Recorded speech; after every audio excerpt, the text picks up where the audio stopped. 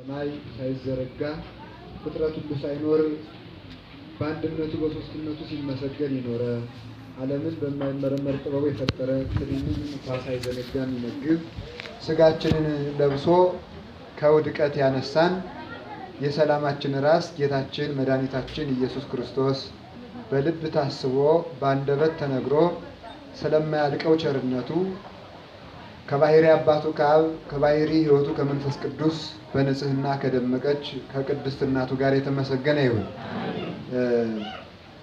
የተወደዳችሁ መምህራን፣ የቅድስት ቤተ ክርስቲያን ጌጥ የምትሆኑ ምዕመናን በእግዚአብሔር ሰላም እንዴት ዋላችሁ?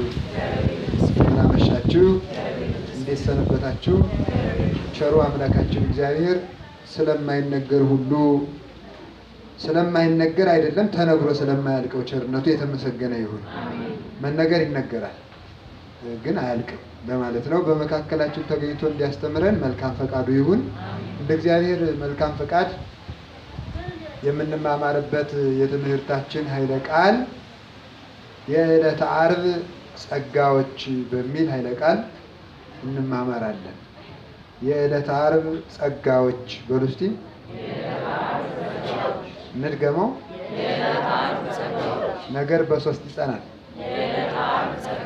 በዚህ ቃል እንማማራለን። እመቤታችን ልቦናችን ትክፈትልን።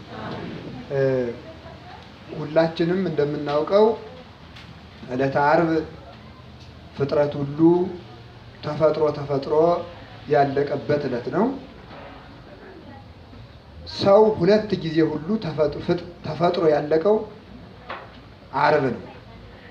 በመጀመሪያውም ፍጥረት ተፈጥሮ ያለቀው ዓርብ ነው። ኋላም ዓለም 33 ዓመት ሲፈጠር ኑሮ የተጠናቀቀው ዓርብ ነው። ዓለም ሁለት ጊዜ ተፈጥሯል። ሰው ብቻ ሳይሆን ሰማይም ምድርም እንደገና ተፈጥሯል። ባህሩም ተራራውም ተፈጥሯል። ለምን? በጣዖታቱ መስዋዕት ረክሰው ነበርና በክርስቶስ ደም ተቀድሰው እንደገና ተፈጥረዋል። በድንቁርና ረክሰው ነበርና በወንጌል እንደገና ተፈጥረዋል። ስለዚህ ሰው ብቻ ሳይሆን ምድርም ሰማይም ተቀድሰዋል፣ እንደገና ተፈጥረዋል። ምድርን ይትገብር ፋሲካ የተባለ ከዚህ የተነሳ በዕለተ ዓርብ ጌታችን መድኃኒታችን ኢየሱስ ክርስቶስ ለሰው ልጅ በተሰቀለ ጊዜ ሰጥቷቸው የሄዱ ጸጋዎች አሉ። እነዚህ ጸጋዎች ምንድን ናቸው ሲባል ዛሬ ሐሙስ ማታ ነው። ሐሙስ ማታ ጀምሮ ታስሮ እየተገረፈ እየተሰቃየ ሁላችን እንደምናውቀው እግር ከማጠብ ጀምሮ ሀብትን እየሰጠ ሂዷል። በጸሎተ ሐሙስ እግር ሲያጥብ ዛሬ የመጋቢት 27 መታሰቢያ መድኃኔዓለም ነው እንደምናውቀው። ለዚያ ነው የዕለተ ዓርብ ጸጋዎችን የምንማረው። በዕለተ ዓርብ ጌታ የተሰቀለበት ስለሆነ ከጸሎተ ሐሙስ ማታ እግራችን ሲያጥብ የሰጠው ጸጋ አለ። የሰጠው ጸጋ ምንድን ነው? ርቱዕ የሆነ ሕሊናን መስጠቱ ነው። እግርን ማጠቡ በክደት በጥርጥር በኃጢአት በዝሙት በክፋት የተወላገደውን የልቡናችን እግር ለማርታት ነው። ለማርታት ማለት ቀና ለማድረግ ወአርታ እገሪነ ውስተ ፍኖተ ሰላም እንዳለ ሊቁ መንገዳችን እግረ ልቡናችን ወደ ወንጌል ወደ መንግስተ ሰማያት ወደ ፍቅር አቀና። ወደ ምን አልኳችሁ? ወደ ወንጌል፣ ከዚያስ ወደ መንግስተ ሰማያት፣ ከዚያስ ወደ ፍቅር አቀና። ይሄን ለማቅናት እግር ያጠበበት ዓላማው የሐዋርያትን የእግራቸውን እድፍ ለማስወገድ አይደለም። ስንክልክል የነበረው የሰው ልጅ እግር የልቡናው እግር መቅናቱን ለማመልከት ነው። መጽሐፈ መክብብ ምዕራፍ 5 ቁጥር 1 ላይ ሶበ ተሐውር ውስተ ቤተ እግዚአብሔር ዕቀብ እገሪከ ወይትጎጉ ባፉከ ወቅረብ ለሰሚዐ ትምህርቶሙ ለጠቢባን ይላል። አንተ ሰው ወደ እግዚአብሔር ቤት ስትሄድ እግርህን ጠብቅ፣ ባፍህም አትቸኩል፣ ይልቁንም የጠቢባንን ቃል ለመስማት ፍጠን ይላል።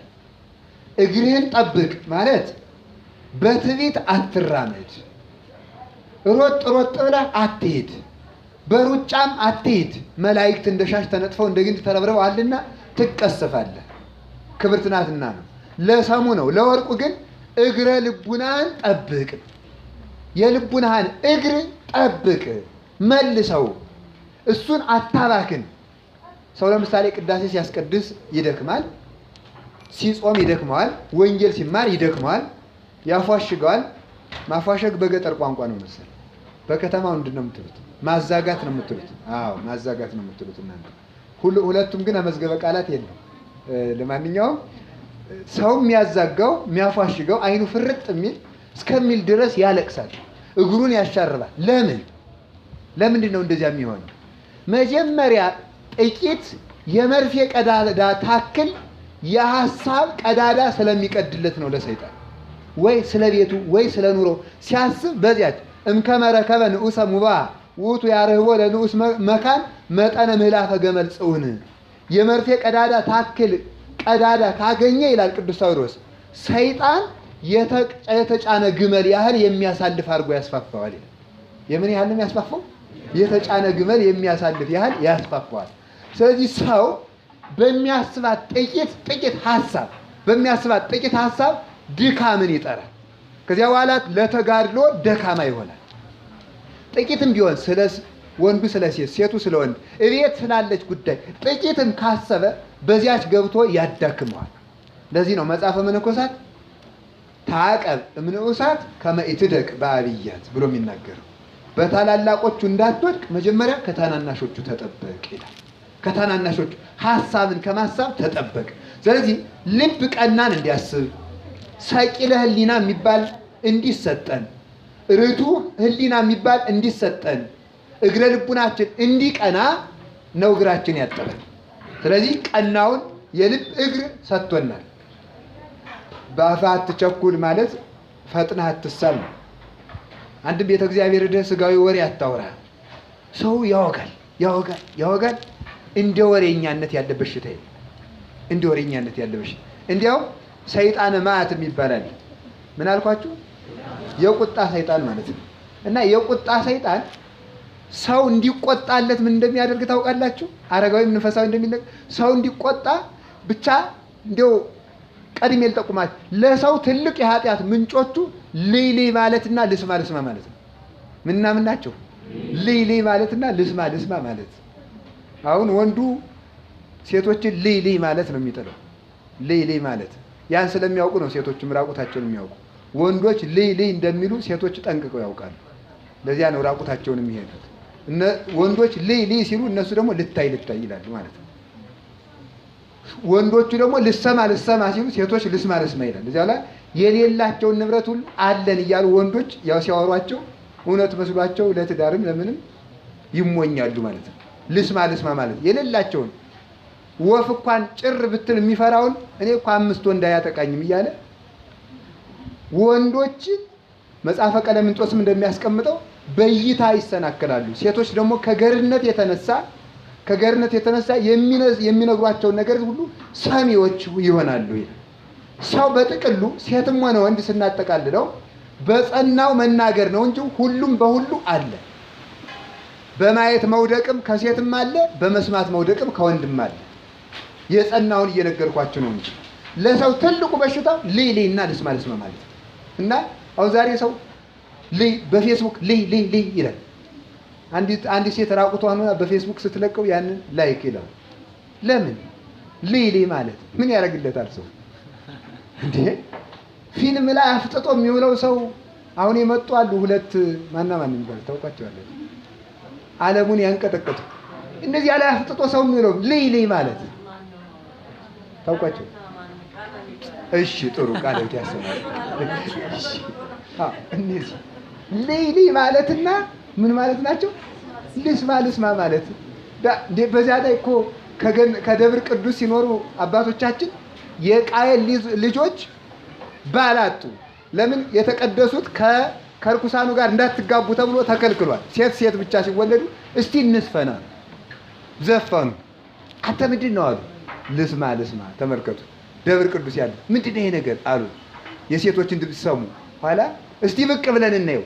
ልስማ ማለት ልይ ማለትን ይጠራዋል። ጽድቅና ጽድቅ እንደሚጠራሩት ኃጢአትና ኃጢአትም ይጠራራሉ። ልስማ ማለት ል ማለትን ይጠራዋል። ከሰሙ የተነሳ እስቲ ወጥቼ ልይ ያስብላል። እስቲ እንየው ተባለ። ውጥት ስሉ እነዚህ ልጆች የቃየል የልጅ ልጆችና ልጆች እጅግ ከጥጋባቸው የተነሳ እስቲ ራቁታችን ሆነን እንስፈናል ዘፈኑ። አዩ ትክ ብለው አያቸው። ትክ ብለው ሲያዩ ያን ጊዜ እርኩሰት ወደ ልቡናቸው ገባ። የተራቆተ የሴት ገላ አይተው ስለማያውቁ ወረዱ፣ በዝሙት ወደቁ። ዓለም በንፍር ውሃ እንድትጠፋ ያደረጋትን የነሱ ልይልና ልስማ ማለት ነው። ሰውን የሚገለው ልይልና ልስማ ማለት ነው። ስለዚህ ልስማ ማለት በአፍ ሰው ይላል ወሬው። እንዴው ሁሉ ወሬ እንዴት ብሎ እንደሚቸኩል ለቃለ እግዚአብሔር እኮ እንዴት አይቸኩልም? አሁን ስብከት እየተሰበከ እዚያም ሀጎን ያለው እንደዚህ ብሎ እኮ ነው ሲለው እንዴ ይላል ስብከቱ ትቶ ስልክ ሲደወልለት ሰው ያነሳና ቅዳሴ ላይ ይላል። ይልቁ ምን ያህል ወሬኛ እንደሆነ እኮ ነው የሚያመለክተው። ይሄ ወሬኛነቱ ነው ዓለምን ጨልጦ ገርኝቶ የሚያጠፋው ማለት ነው። እነዚህ በሽታዎች አሉ እና በአፍህ አትቸኩል። እንደው ነገር ስለጠራው ብዬ ነው። ፈጥነህ አትሳል ነው አንዱ። ሁለተኛ ለወሬ የሰማኸውን ሁሉ የምትናገር አትሁን። የምታውቀውን ሁሉ ሳትመጥን የምትናገር የምትዘረግፍ አትሁን። መጣይሁን፣ ቁጥብሁን። እንዲህ ነው የሚለው በእውነቱ ማለት ነው። ከመናገር ብዛት ኃጢአት ሾልኮ ይወጣልና እና እንደው ባጭሩ ሳመጣላችሁ የቁጣ ሰይጣን ማለት ነው። የቁጣ ሰይጣን ሰውን ይላል እስቲ ነገሬ ጋር ሄደህ ጥቂት ተጫውተና ይለዋል ይላል አረጋዊ ነፍሰ። ለምን ከሚሰማቸው ወሬዎች ውስጥ አንድ የሚያስቆጣ እንዲያገኝልኝ ብሎ አንድ የሚያስቆጣ እንዲያገኝልኝ ብሎና እንዲቆጣለት ብሎ ማለት ነው። ሰዎችን ረጅም ጊዜ ያስወራቸዋል። ረጅም ጊዜ ማስቀደስ አይችሉም። ያው ሰው እንደምታውቁት አጭር ነው የሚወደው አይደለም? የሚለብስም አጭር ነው፣ የሚማርም ለአጭር ጊዜ ነው፣ የሚጸልይም ለአጭር ጊዜ ነው፣ የሚጾምም ለአጭር ጊዜ ነው፣ እድሜውም አጭር ነው። ሁለመናው አጭር ነው። የሚወድም አጭር ስለሆነ በረከቱም አጭር ይሆንበታል። ሁለመናው አጭር ስለሆነ እና ለረጅም ጊዜ ያወራል። አይደክመውም እኮ ቆሞ ሲያስቀድስ እግሩ ሽርብ የሚያደርገው ሁሉ ወሬ ግን እንደ ወገቡን ይዞ ዝም ብሎ ያደጉደዋል። ዝም ብሎ ወደ 3 ሰዓት አይደክመውም። ለምን? ሰይጣን ያን ጊዜ ኃይል የሚሰጣቸው ለረጅም ጊዜ ከማውጋታቸው የተነሳ አንድ የሚቀያየሙበት ነገር አያጡልኝም ብሎ። ስለዚህ በአፍህ አትቸኩል፣ ይልቁንስ ቤተ እግዚአብሔር ሂደህ የጥበበኞች የመምህራንን ቃል ለመስማት ፍጠን አለ። እንዲህ የሚፈጥን ልቡና ይስጠን እግዚአብሔር። ስለዚህ በጸሎተ ሐሙስ እግራችን አጠበ። ዛሬ ሐሙስ ላይ ነው የምንገኘው። እግራችን አጠበ የእግር ጽናትን ሲሰጥ ነው። ነቢዩ ዳዊት መዝሙር 118 ላይ እንዲህ የሚል ቃል ተናግሯል። አርት ፍኖቴ ወሁረቴ ይላል። አቤቱ መንገዴንም አካሄዴንም አቅና ይላል። ምኔንም አቅና፣ መንገዴንም አካሄዴንም። አሁን ብዙ ጊዜ እንግዲህ የኢትዮጵያ መንገድ ትራንስፖርት ባለስልጣን ይሁን ምን ይባል አላውቅም፣ አስፋልት እየሰራ ነው በየቦታው። ደስ ይላል አይደል? የሚሄደው ሰው ግን አልተሰራም። መንገዱ ብቻ ነው የሚሰራው። እስካሁን ሄጅ ተሰርቶ አያውቅም። መንገዱ ብቻ ቢሰራ የሚሄደው ሰውዬ ወልጋዳ ከሆነ እኮ ሜዳው ላይ የሚሰበራል። ብናለሰልሰው ሰውዬው አስተዋይ ከሆነ ጉጻጉጽ፣ በመጻሕፍት አነጋገር ነው ጉጻጉጽ፣ በገደሉም ቀስ ብሎ ያልፋል። መሰራት ያለበት ተጓዡም ጭምር ነው። እኛ ግን የምንሰራው መንገድ ብቻ ነው። ስለዚህ ዳዊት ምን አለ? መንገዴንም አካሄዴንም አቅና። መንገዴን ማለት ሃይማኖቴንም የቀናቸውን አድርግልኝ፣ ኦርቶዶክስ የቀናቸውን መንገድ አድርግልኝ። ደግሞ የኔንም አካሄድ አቅና። ሰውየው ከሰከረ መንገዱ ቀና ቢሆን ይወድቃል። የሽቦው አጥር ሳር መስሎት እዶ ይጨብጠዋል። ላጭድ ይመስለዋል ለከብት ላጭድ ብሎ ሲጨብጥ እጁን ሟጦ ይጥለዋል። ሰውየው ግን ደህና ከሆነ መንገዱም ጠማማ ቢሆን ይቀናል። ለስጋዊው ነው ይሄ ግን የሚነግራቸው። ለመንፈሳዊው ግን መንገዱም መሄጃውም ሄያጁም ሁለቱም ነው መቅናት ያለባቸው። መሄጃውም ሄያጁም። በዚህ መሰረት ሃይማኖቲቱም የቀናች አድርጋት፣ እኔም ደግሞ በዚያች የቀናች መንገድ እንድሄድ አድርግ። ሃይማኖቲቱ ችግር የለባትም። አሁን ሰው ነው እየተጣመመ ትዳር ላይ ሲገባ ትዳሩ ልክ የለውም፣ አካሄዱን አያሳምርም። ሴቱ በሴትነቱ እንደ ሴትነት አይሄዱም። ሴትነቱ አብሽቆት ወንድ መሆን ፈልጓል። ሴትነታችሁ ያበሽቃችኋል? አብሽቋችሁ ያውቃል? ሴትነት እኮ ሸጋ ነው አይደለም እንዴ? ወንድነቱ አብሽቆት ጆሮ ላይ ጉትቻ እያበጀ ነው። አብሽቆት ተናዶ ማለት ነው። ለምን ወንድ ሆንኩ ብሎ በየቆምንበት እኮ በሚገባ ብንራመድ እያንዳንዳቸው ወደ ክርስቶስ የሚያደርሱ መንገዶች ናቸው። ሴትነትም ራሱን የቻለ፣ ምንኩስናም ራሱን የቻለ፣ ትዳርም ራሱን የቻለ፣ የቢሮ ሰራተኛ መሆንም ራሱን የቻለ ወደ እግዚአብሔር የምንሄድባቸው መንገዶች ናቸው። የማያጸድቅ መንገድ የለም ከክደት ውጭ። የተሰማራንባቸው ስራዎች ሁሉ የጸድቅ መንገዶች ናቸው። ስለዚህ እግራችንም መንገዲቱንም አቅንቶ ለመስጠት እግራችን አጠበ። ልቡናችን የተጣመመውን እግረ ልቡና በክደት በጣዖት አምልኮ በቀቢጸ ተስፋ በመቁረጥ ለጣዖት በመስገድ በብዙ ነገሮች የተጣመመውን የልቡናችን እግር ለማቅናት በዚህ ምክንያት እግራቸውን አጠባቸው። የሁላችንም ልቡና ያቅናልን። የሐዋርያት እግር ከዚህ ተቀምጠው የልቡናቸው እግር ከክርስቶስ ደርሶ ነበር። የእኛ እግር ምን እንደሚደርስ ይመስላችኋል? እንዲያው ትንሽ ራቅ ካለ አሜሪካ ነው ሊደርስ የሚችለው የኛ የልቡናችን እግር ማለት ነው። ቀረብ ካለ አሁን የሁላችሁ አዲስ አበባ ደርሶ ሊሆን ይችላል። አንዳንዱ ደግሞ መኝታ ክፍል ድረስ የሄደ እግር ይኖረዋል የልብ እግር። አንዳንዱ ደግሞ እራት ድረስ የሄደ፣ አንዳንዱ ስልክ ድረስ የሄደ የልብ እግር ይኖረዋል። የሐዋርያት እግር ግን የልቡናቸው እግር ሰማየ ሰማያት ድረስ ነው። በምድር ተቀምጦ እስጢፋኖስ ዲያቆኑ ሰማይ ተከፍቶ የሰው ልጅን በቀኝ ቆሞ አየዋለሁ በክብር በአባቱ ክብር ብሎ ልቡ ምድር ተቀምጦ ሥላሴ ድረስ የሚደርስ የልቡና እግር ነበራቸው። የልብ እግር ተመልከቱ። የልብ እግር ወደ ሰማይ ሲያቀና ስጋዊ እግር የተፈጥሮ ሕግ ሳይገድበው ወደ ሰማይ በምድር በልብ እግር ተጎትቶ በህዋ ላይ ያለ አውሮፕላን ያለ መንኮራኩር መራመድ ይችላል። ይሄው አቡነ ተክለ ሃይማኖት የሚራመዱት በነፋስ ነበር። በምንድን ነበር? በነፋስ ነበር። አዎ የልቡናቸው እግር ሥላሴ ላይ ደርሷልና የልቡናቸው እግር የስጋን እግር ሳበው ጎተተውና ወደ ላይ መውጣት ጀመሩ።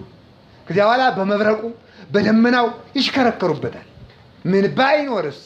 ደመናስ ባይኖር፣ ደመናም ባይኖር፣ መብረቅም ባይኖር፣ ነፋስም ባይኖር በህዋው ላይ ይራመዳል። ይሄ የልብ እግር ወደ ላይ ሲወጣ ለዚህ እኮ ነው አንተ ሰው ጸሎት ስትጸልይ እጅህን ዘርግተ መጸለይ ካቃተ የልቡናህን ህሊናህን ስፈወ ለህሊናከ ይላል መጽሐፍ። ህሊናህን ዘርጋው።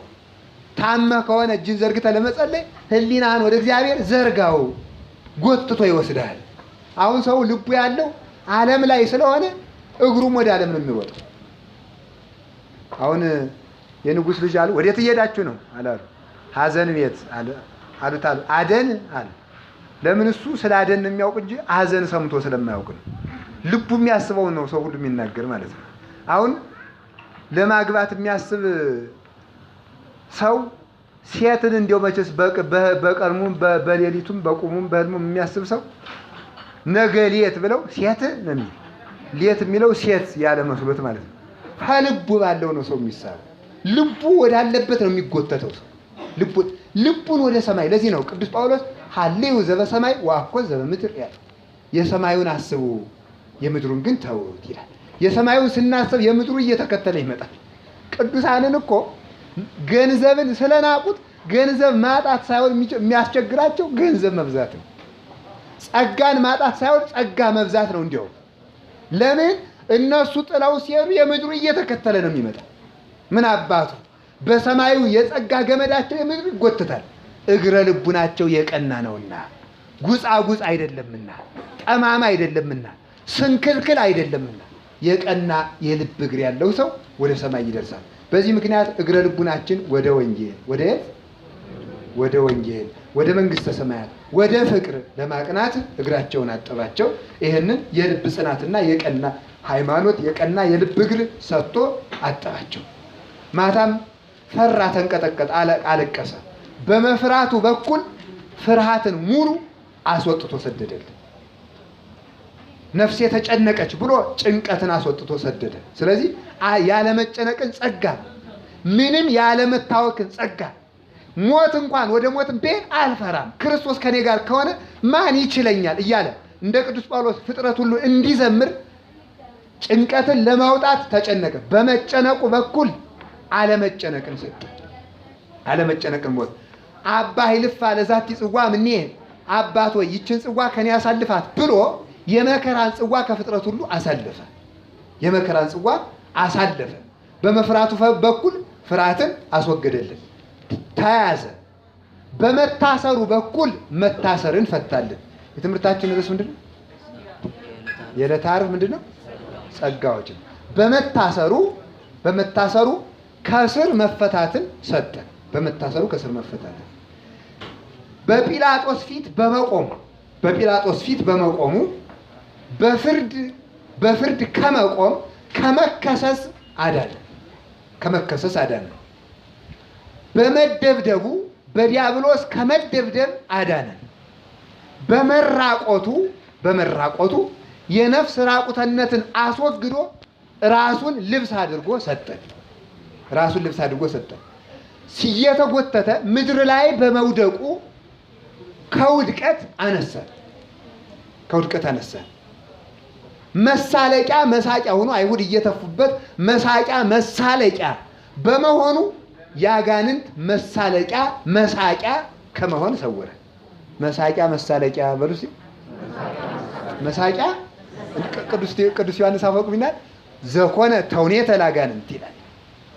የሰው ልጅ ያጋንንት መጫወቻ መዘባበቻ መሳቂያ መሳለቂያ የነበረው ሰው ዛሬ እንደምን እንደከበረ ታስተውላለህን? ይላል ወዳጅ። ታስተውላለህን? ስለዚህ ያጋንንት መሳቂያ መሳለቂያ መዘባበቻ ከመሆን አወጣህን። በመጨረሻ ላይ ተሸነከረ። በመቸንከሩ በኩል ከዘላለም የነፍስ ችንካር የነፍስ እሾህ ነቅሎ ጣለልን። እንዲያውም ጌታችን መድኃኒታችን ኢየሱስ ክርስቶስ ምን ይላል መሰላችሁ? ቅዱስ ጳውሎስ ቅዱስ ዳዊት መዝሙር 107 ላይ ወከንቱ ተአምኖ በሰብ በእግዚአብሔር ንገብር ኃይለ ወውእቱ ያስሮም ለለ ይሳቀዩነ ይላል። በሰው መታመን ከንቱ ነው፣ በእግዚአብሔር ኃይልን እናደርጋለን፣ እሱም የሚያስጨንቁንን ያስራቸዋል ይላል። የሚያስጨንቁንን ምን ይላቸዋል? ያስራቸዋል፣ ይቸነክራቸዋል። አዎ። ስለዚህ አባቶቻችን ሊቃውንት እንደተረጎሙልን ጌታችን መድኃኒታችን ኢየሱስ ክርስቶስ ሲቸነከር ችንካሩ ለዲያብሎስ ይሰማው ነበር። ለማን ይሰማው ነበር? ለዲያብሎስ ይሰማው። በመቸንከሩ በኩል ዲያብሎስን ቸነከረልን። በልቅሶ በኩል እንባችን ወያሰስል አንባ እማይንቲሆሙ ተብሎ በራዕየ ዮሐንስ እንደተገለጠ እንባችን አበሰልን። በልቅሶ በኩል በእናቱ እንባ በኩል የኛ እንባ እንዲቆም አደረገልን። በማዘኑ በኩል ሐዘናችን ወደ ደስታ ቀየረው። እንዲሁም ምን አለ እዚያ በኋላ ወደ ፍስሐክሙኒ አልቦ ዘያሐይደክሙ አለ። ደስታችሁን የሚወስድባችሁ የለም። ደስታችሁን በሉ እስቲ ሊቃውንት፣ የሚወስድባችሁ የለም። ምን የሚልባችሁ የለም? የሚወስድባችሁ የለም። ለምንድን ነው የማይወሰደው? በማይለወጥ አምላክ ላይ የተመሰረተ ደስታ ስለሆነ በመልኩ የሚደሰት ነው ሲሆን አሁን ለምሳሌ አይኑ ደስ የሚለው ሰው ቢኖር በአይኑ ደስ የሚለው አይኑን ቁልጭ እያደረገ አይኑን ኳል እያደረገ በመስታየት እያየ ደስ የሚለው ሰው ቢኖር ምንድነው የሚባለው? ትራኮማ ነው የሚባል። በድሮ አይነ ማስይዘው ደስታው ቀረ ማለት ነው። በአፍንጫው ደስ የሚለው ቢኖር ጉንፋን ሲይዘው ይቀራል። በፊቱ ደስ የሚለው ሰው ቢኖር ሲጨማደድ ይቀራል። በተረከዙ ደስ የሚለው ሰው ቢኖር ሲጨማደድ ይቀራል። በኃይለኛነቱ ደስ የሚለው ሰው በጉልበቱ ደስ የሚለው ሲኖር ሲያረጅ ይቀራል። ሀብታም በመሆኑ ደስ የሚለው ቢኖር ሀብቱን በሚያጣበት ጊዜ ይቀራል። በሹመት ደስ የሚለው ቢኖር በመሻሩ ጊዜ ይቀራል። የተመሰረተው ግን ደስታችን በክርስቶስ በኩል ነውና ደስታችሁን የሚወስድባችሁ የለ ብሎ በሐዘኑ የዘላለም ደስታን ሰጠን። በመቸንከሩ ከችንካር አዳነን። መራራ ሐሞት በመጠጣቱ በኩል ከቃሉ ጋር ናቸው ነው ከእናንተ ጋር ናቸው? አቤት ከቃሉ ጋር ናቸው። ሰው እንኳን ከቃሉ ጋር ዛሬ የራሱ ጋር መሆን አጥቶታል። ዓለም ወደ አንድ መንደር ተቀየረች ይላል። ሰምታችሁ ታውቃላችሁ? ቴክኖሎጂው ዓለሙን አንድ መንደር አደረገው ይላል። እንኳን አንድ መንደር ሲሆን ራሱ ሰው ራሱ ብዙ መንደር፣ እያንዳንዱ ሰው ራሱ ብዙ መንደር ነው። የሚገርማችሁ ነገር መከራውን ሲከናውት መነኩሴ ሲያይ መመንኮስ አለብኝ በቃ ይላል። ደግሞ ሰርጉኖ መኪኖቹ ሽኩልኩልኩል ሲሉ በአስፋልት የኔ ሰርግ መቼ ነው የሚሆነው? ብዙ መንደር ሆኗል ሰው ራሱ። ዶክተር ሲያይ ዶክተር መሆን ይፈልጋል። ዘማሪ ሲያይ ዘማሪ፣ እንዴት ያለ ዘማሪ እኔም መዘመር አለብኝ። ሰባኪ ሲያይ ሰባኪ። ሁላችንም አንድ አድርገን እግዚአብሔር። እንዲያውም እኛ ብዙ መንደር እንድንሆን አይደለም ብዙ ሆነን አንድ እንድንሆን ነበር የሚፈልገው። እና ከቃሉ ጋር ለመሆን ያብቃን። ምንድነው የሚለው? ስለዚህ መራራ ሐሞት በመጠጣቱ በኩል የሚጥም ስሙን የሚጥም ደሙን እና የምትጥም መንግስተ ሰማያትን ሰጥቶናል። ለዚህ ነው የምትጥም እናቱን ሰጥቶን። እንኳንስ የሱ የባህሪ አምላክ የሱ ስም ቅዱስ ቄርሎስና ቅዱስ ሳዊሮስ እንደተረጎሙት ይላል እስመ ኢየሱስ ክርስቶስ ስሙ ጥዑም ነገሩ ጥዑም ይላል። ክርስቶስ ስሙ ጥዑም ነው በሉ እስቲ። ነገሩ ጥዑም ነው፣ ስጋው ጥዑም ነው። በቃ የክርስቶስ ነገሩ ጥዑም ነው ይላል። እንዴት ይጥማል ማምላክ! ነገሩ ጥዑም ነው። መከራው ሁሉ የክርስቶስ ይጥማል። የዓለም ግን ምቾቷ ሁሉ ይመራል። የክርስቶስ ግን መከራው ሁሉ ይጥማል፣ እሳቱም ይጥማል፣ ሰይፉም ይጥማል። የክርስቶስ ነገሩ ሁሉ ይጥማል። ነገሩ ጥዑም። ይችን ነገር ሁላችሁም ያዟት። ችግር ቢደርስባችሁ ክርስቶስ ነገሩ ሁሉ ጥዑም ነው። በበሽታ ላይ በሽታ ቢጨመርባችሁ ለምን እግዚአብሔር ግን እንዴት ትቶኝ ነው አትበሉ። ክርስቶስ ነገሩ ሁሉ ጥዑም ነው። የክርስቶስ የሚመር ነገር የለውም። የሚመር በሚመስል ነገር የተጠቀለለ የሚጥም ነገር ነው ያለው። የእሱ ስም ይጥማል፣ የእናቱ ስም ይጥማል። ስለዚህ ነው ኢየሱስ ክርስቶስ ጥዑመ ስም ለዚህ ይጼውኦ እያልን ማለዳ የምናመሰግነው። እና መራራ ሐሞት ሲጠጣ ለዓለም የምትጥም መንግስተ ሰማያትን የሚጥም ደሙን እና ስጋውን የምትጥም እናቱን ሰጥቶናል። ይሄ ዓርብ ያገኘነው ጸጋ ነው። በጩኸቱ በኩል የአባቶቻችን የነቢያት ጩኸት ተመልሶላቸዋል። ለምሳሌ መዝሙር ምዕራፍ 4 ቁጥር 8 ላይ መኑ ያርአየነ ሰናይቶ ብለዋል። በጎውን ነገር ማን ያሳየናል ብለው ጠየቁ ነቢያቱ። በጎውን ነገር ማን ያሳየናል በሉ እስቲ።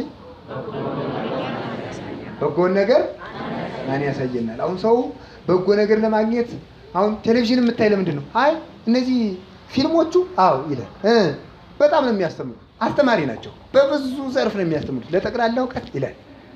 ተጠቅሎ አለቀ እንጂ ሰው አልተመለሰም። ጠቅላላ እውቀት እያለ ለጠቅላላ እውቀት ጥሩ ነው ይሄ ይላል። ጥበብ በእውነቱ ከዝሙት ይገኛል።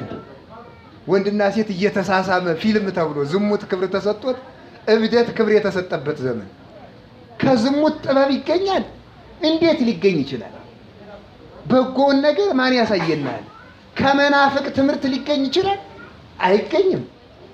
ከፍልስፍና ሃይማኖት ሊገኝ ይችላል? አይገኝም። እንዴ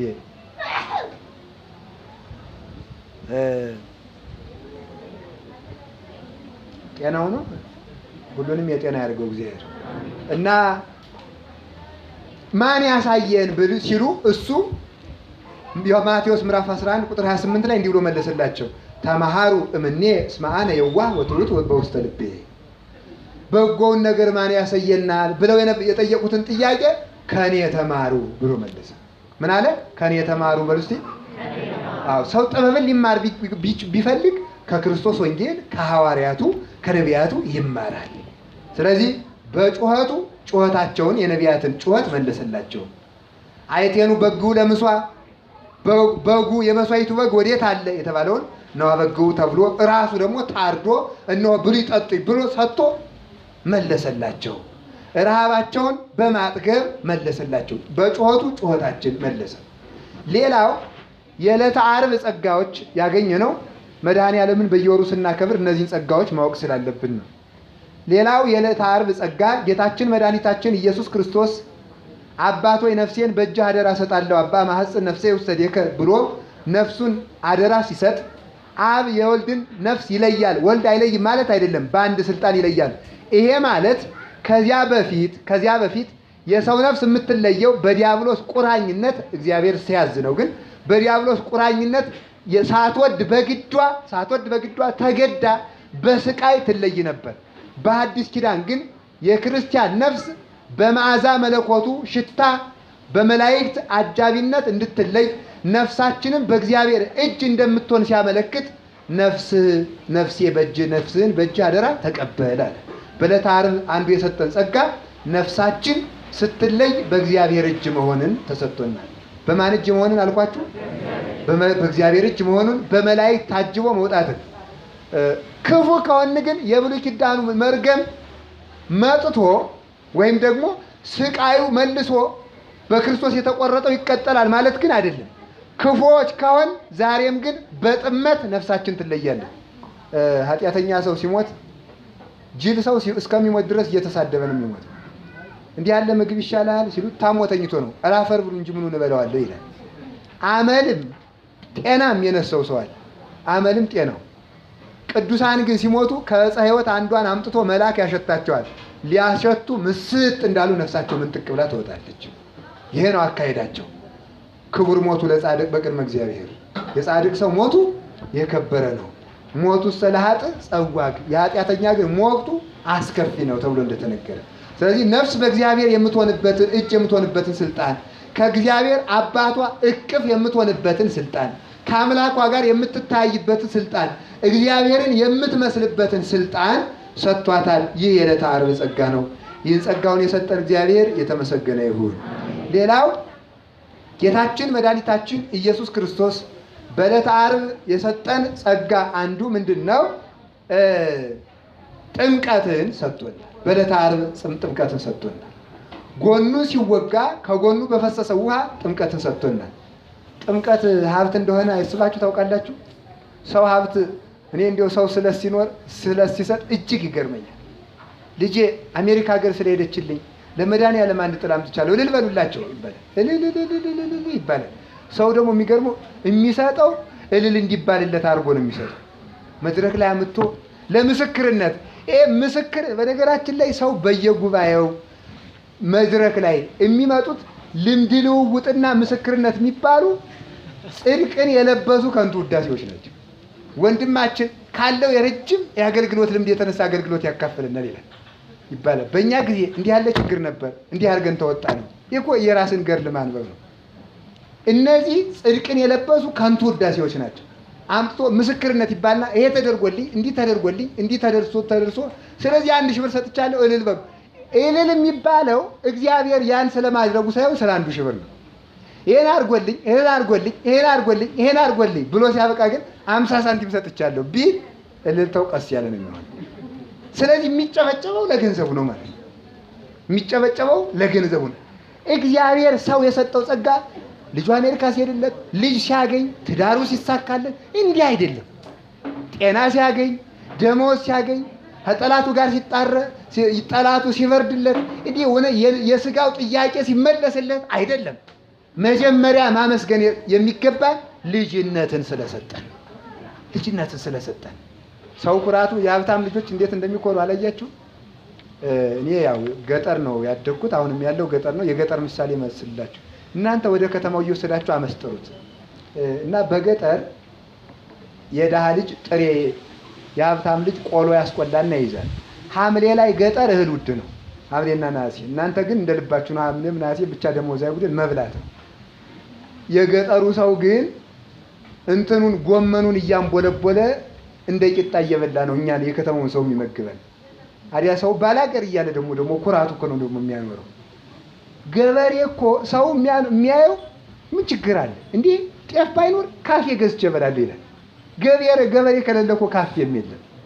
ሰው ይሄንን አያስተውልም። እና ገበሬው እዚያ ውስጥ ክረምት ችግር አለበትና የድሃው ልጅ ጥሬም ያጣል። ክረምት ቆሎ እንኳን ጥሬ ቆልቶ የሚበላው ጥሬ እንኳን ያጣል። እና የሀብታሙ ልጅ ጥሬ ሄድና ጥሬ ልስጥህ ቆሎ ልስጥህ ይለዋል።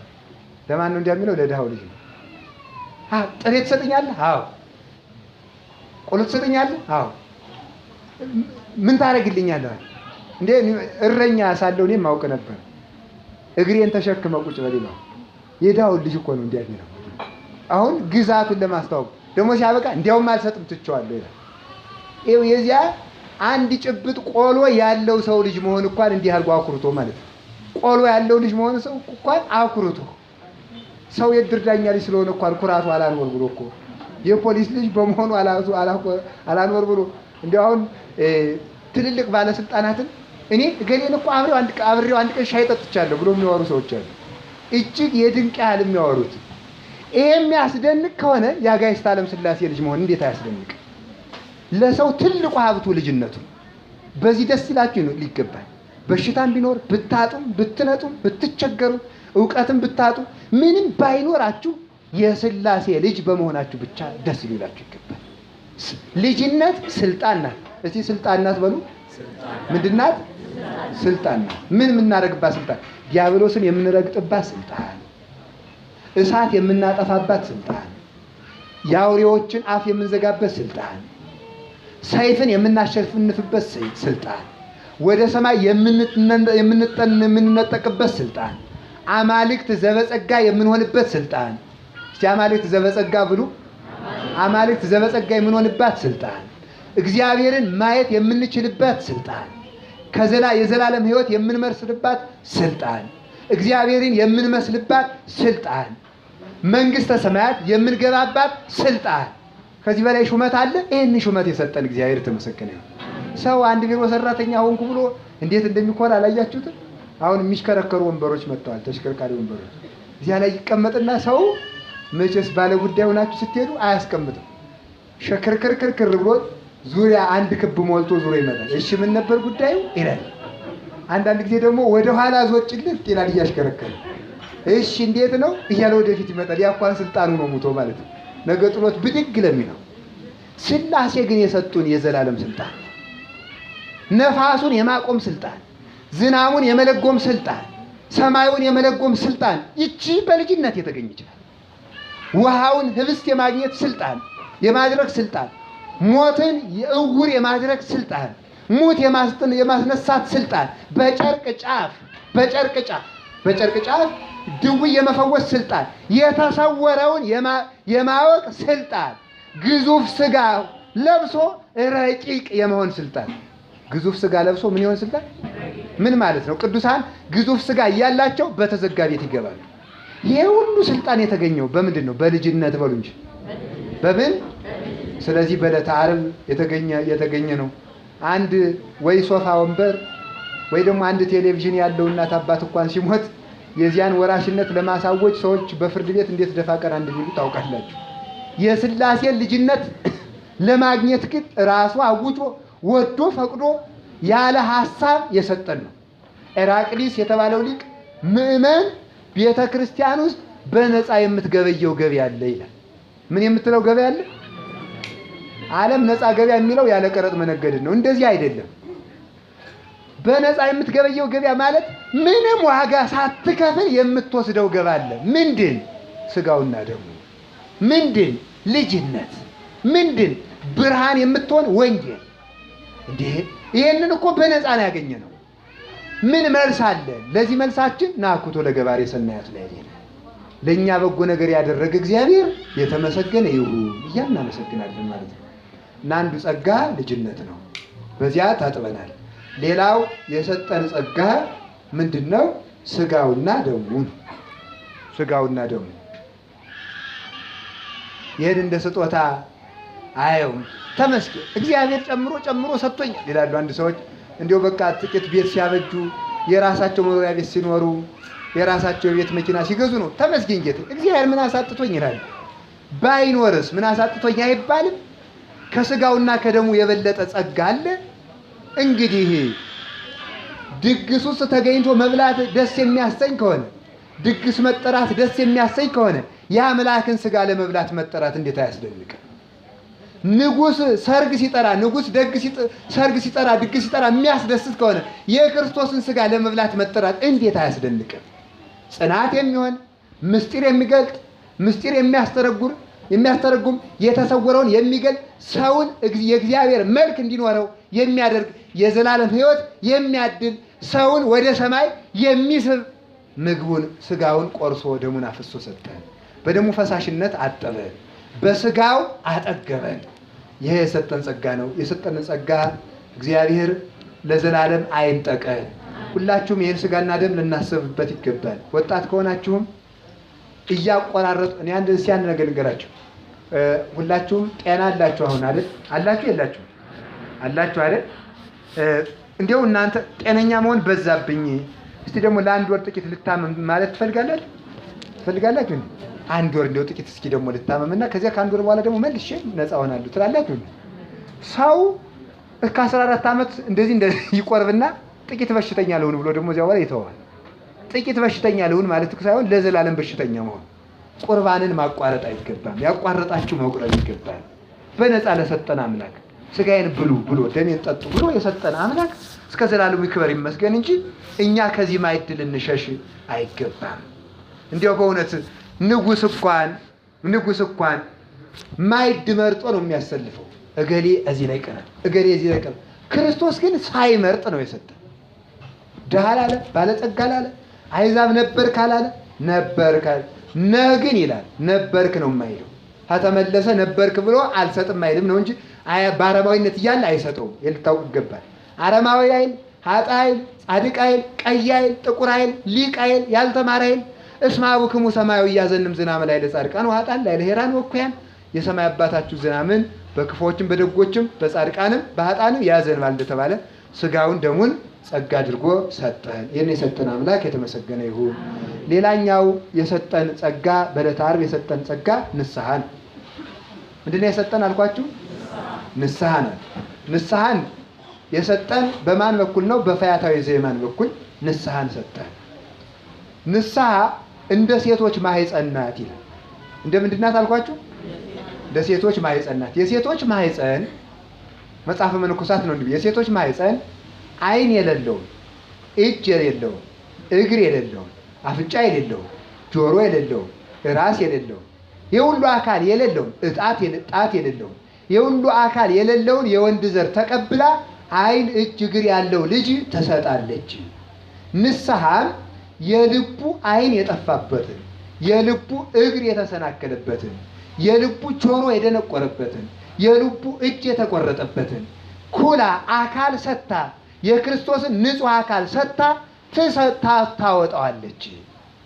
የሴቶች ማህፀን ጠባብ ናት። ንስሐም አስጨናቂ ናት። ትጠባለች፣ ትጨንቃለች። በዚያች ጠባብ ማህፀን 3 ክንድ ከስንዝር ቁመት ያለው ሰው ይወለዳል። የእግዚአብሔር ቸርነቱ እጅግ አስደናቂ።